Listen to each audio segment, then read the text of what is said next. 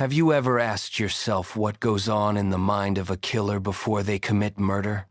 In 2008, one of the best superhero movies in history was released, The Dark Knight. As all of you surely know, the movie achieved insane success, and the whole world was talking about it, especially the Joker character played by actor Heath Ledger. That character was literally everywhere.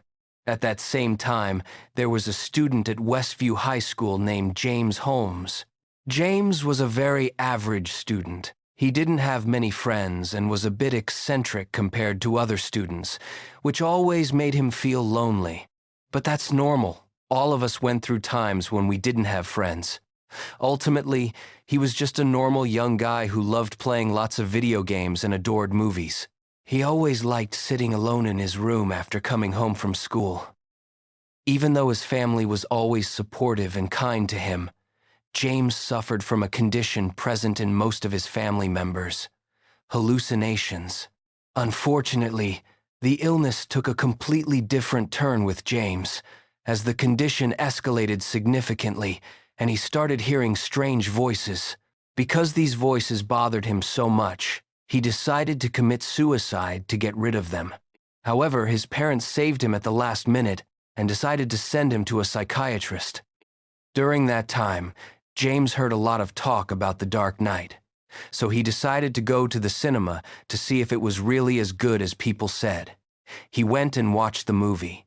James was deeply drawn to the Joker character and began to feel that the character was a part of him, that he understood him, and that they were alike. After the movie ended, James decided to return home and research it further, wanting to learn more about the brilliant actor who played the character. But he was shocked to find out that Heath Ledger, who played the Joker, died of an accidental drug overdose even before the film hit theaters. James was deeply saddened and felt lonely all over again. However, he discovered that before Heath Ledger died, he used to keep a diary that helped him build the character he portrayed.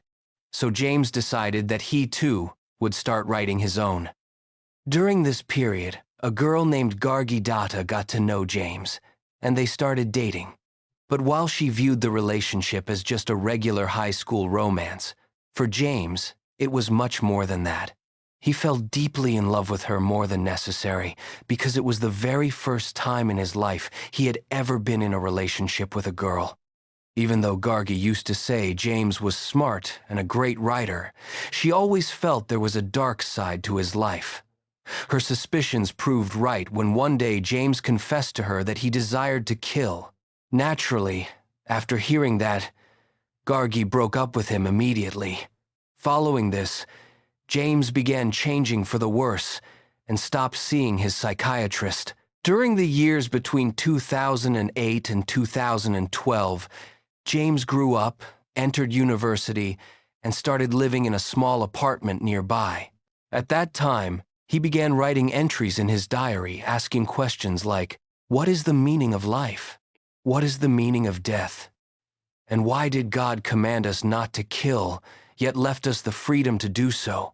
After that, he kept writing the word why across 7 pages, and on every page, the sentence structure was flawed. Even people who knew him started noticing that he had become creepy. He was constantly smiling to himself, a cold smile resembling the Joker's. They urged him to see a psychiatrist. James actually went and started telling his doctor everything, how much he loved weapons, viewing them as a brilliant invention, and how fascinated he was by the idea of being able to kill someone easily and with such precision. And not only that, but he also started speaking like the Joker, trying to imitate him in everything he did. Gradually, James began retreating from the people around him, and a new, dark persona emerged. This persona wanted revenge against everyone he felt had belittled him, and everyone who had made him feel like an outcast. Then things took a deadly serious turn. Within 3 months, James started buying numerous weapons and ordering explosive materials online. His diary took an even more terrifying direction. There was a page titled, "Insight into the Mind of Madness." On this page, James calculated his value based on the number of people he was supposed to kill. On another page, he listed every possible way to kill. Should he kill using bombs or chemical weapons? Should he kill them all at once or become a serial killer? Should he execute the attack at an airport or in a cinema? He ultimately decided to execute the attack in a movie theater. He began scouting various cinemas to see which one best fit his plan, eventually choosing a theater in an Aurora shopping mall called Century 16. He then began surveying the auditoriums and jotting down every observation. Auditorium 12, 2 doors, marginal vision. Auditorium 13, 4 doors, clear vision, avoid. But for Auditorium 9, he wrote nothing. He simply underlined the number. From there, he started drawing his master plan in his diary, where he would enter, which directions people would try to run to escape, and how to shoot the terrified people in front of him. James literally planned and documented everything in his notebook. Afterward, he dyed his hair orange. The only thing left was for James to launch the attack. On the 20th of July, 2012, the final film in Christopher Nolan's trilogy, The Dark Knight Rises, was released in the United States. Everyone was thrilled to go and watch it. The theater was completely packed with eager fans waiting to see the finale of this grand trilogy, and the atmosphere was full of joy and excitement. One of the people standing in line buying tickets was James. He walked into the auditorium, and the movie began alongside Hans Zimmer's score. Exactly 20 minutes later, James slipped out of the auditorium and went to his car, where he had been stockpiling weapons and explosives over the preceding months. But before doing anything, his old self emerged for a brief moment, and he said to himself, "I shouldn't do this. I can't kill all these people." He decided to call a mental health crisis hotline, but nobody answered. At that point, he felt it was fate, especially since he had written under the blueprint in his diary, "Fate is harsh to the unlucky." He then grabbed his weapons and re-entered the theater. In Auditorium 9, a man named Mark Wilfer was sitting and enjoying the movie when he saw the silhouette of a man standing, which annoyed him. But that standing figure was James. The moment Mark turned around to see who it was, James opened fire. The sound of gunfire was so deafening that everyone in the theater began running. The screams and terror in that moment were horrifying, and frantic calls flooded emergency dispatchers as people pleaded for help. But before the police arrived, James had tragically killed 12 people and injured 70 others. The youngest victim was a 4-year-old girl named Veronica Moser. That day, James killed siblings, fathers, and children, devastating countless families. Following the mass shooting, James casually walked out of the cinema just as police arrived on the scene. Although he easily could have fled amid the chaos and rushing crowd, he chose not to, and instead stood by his car. An officer spotted him and initially mistook him for a fellow tactical officer due to his gear and attire. However, the officer quickly realized he wasn't part of their team, shouted at him, and asked who he was. James replied that he was the Joker.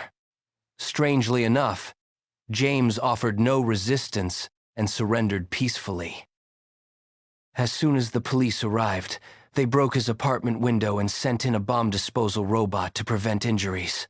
They discovered that had the neighbor opened the door, it would have triggered a booby trap, detonating all the explosives inside. It took 2 full days for experts to safely disarm all the explosives in James's apartment. That alone was terrifying. The sheer volume of explosives meant that had they detonated, the entire building would have been destroyed. And thus, James's secondary plot failed. James's trial began on the 23rd of July, 2012, where he faced 24 counts of first-degree murder, 116 counts of attempted murder, and additional charges related to possession of dangerous explosives. In March 2013, James offered a plea deal. He would plead guilty to all charges in exchange for a life sentence without parole to avoid the death penalty. However, prosecutors rejected his offer and pressed forward, believing he deserved capital punishment. The problem was that James's trial kept getting delayed continuously because his defense attorneys claimed they needed more time to evaluate his mental state, prolonging the agonizing distress experienced by the victims' families. Eventually, two court-appointed experts concluded that while he did suffer from a mental illness, he was fully capable of distinguishing right from wrong at the time of the crime. Yet, that wasn't the end of the legal delays, as the trial was postponed for several more months.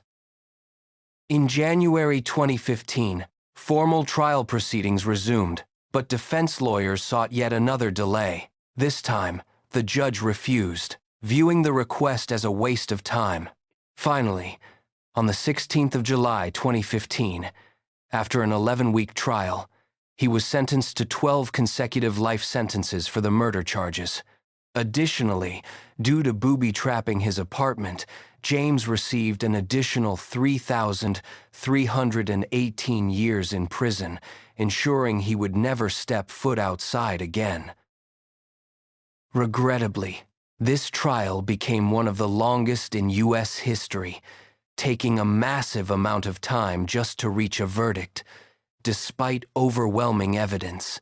We've never covered a killer who maintained such a detailed diary outlining every single desire and plan. We literally witnessed his transformation from asking, "What is the meaning of life?" to declaring that fate is harsh to the unlucky. A person rationalizing murder, so consumed by delusion that he truly envisioned himself as the Joker. However, the saddest part of this entire story to me remains the sheer number of innocent lives lost, people who simply went to enjoy themselves and watch a film they had been eagerly anticipating.